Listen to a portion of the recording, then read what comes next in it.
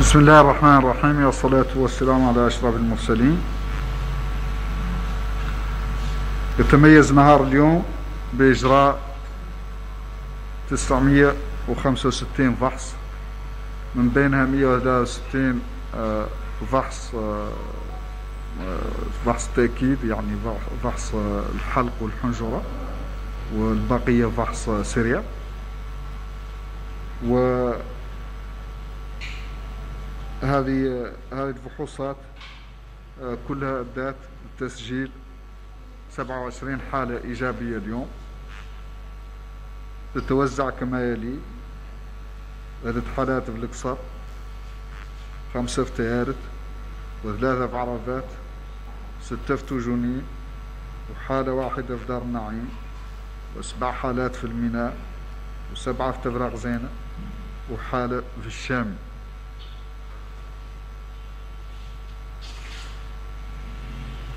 أما بالنسبة للحالات المرضية، معناها الأشخاص المصابين، فلدينا اليوم 200 شخص مصاب تحت الرقابة، تحت الرعاية، من بينهم 187،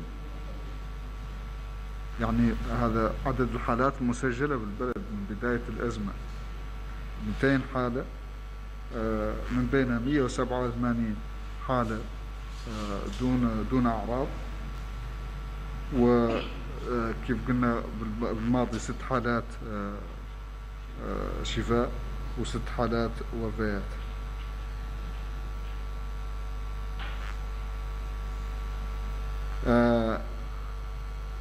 La journée d'aujourd'hui se caractérise par la réalisation de 965 tests, dont 163 par prélèvement nasopharyngé, et le reste c'était des tests rapides.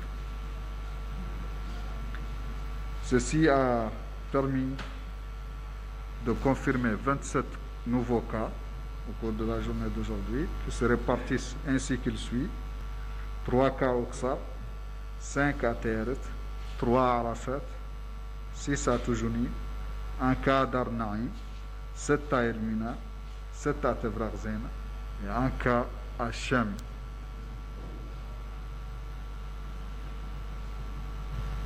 Alors, le nombre de cas enregistrés dans le pays jusqu'ici atteint aujourd'hui 200, avec 187 cas asymptomatiques, 6 guérisons et 6 décès.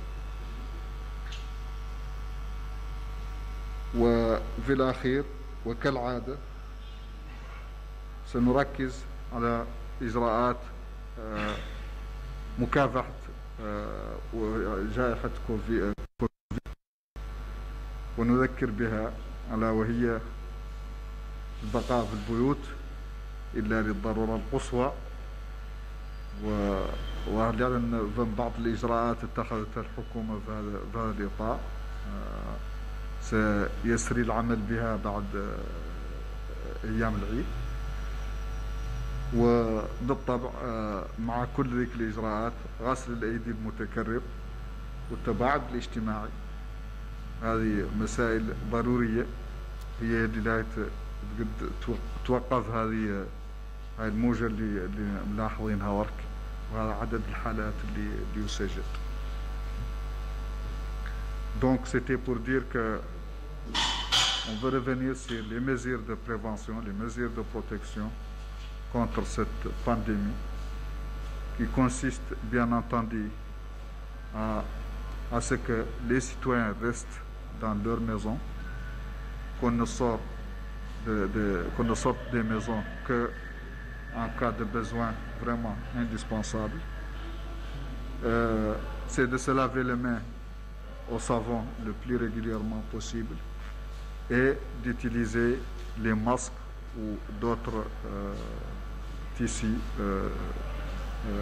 de protection quand on est en dehors de la maison.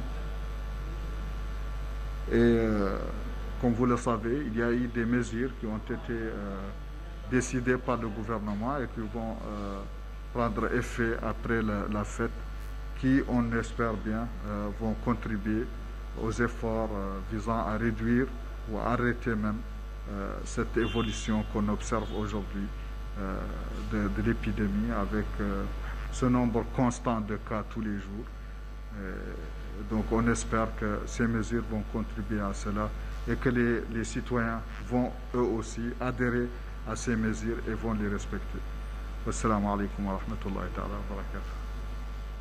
إذن كنتم معنا متابعنا معنا مباشرة المؤتمر الصحفي لمدير الصحة العمومية الدكتور سيدي وليد السحاف، والذي أعلن فيه عن إصابة 27 عن تسجيل 27 حالة إيجابية جديدة ليصل العدد الإجمالي إلى 200 شخص مصاب في بلادنا.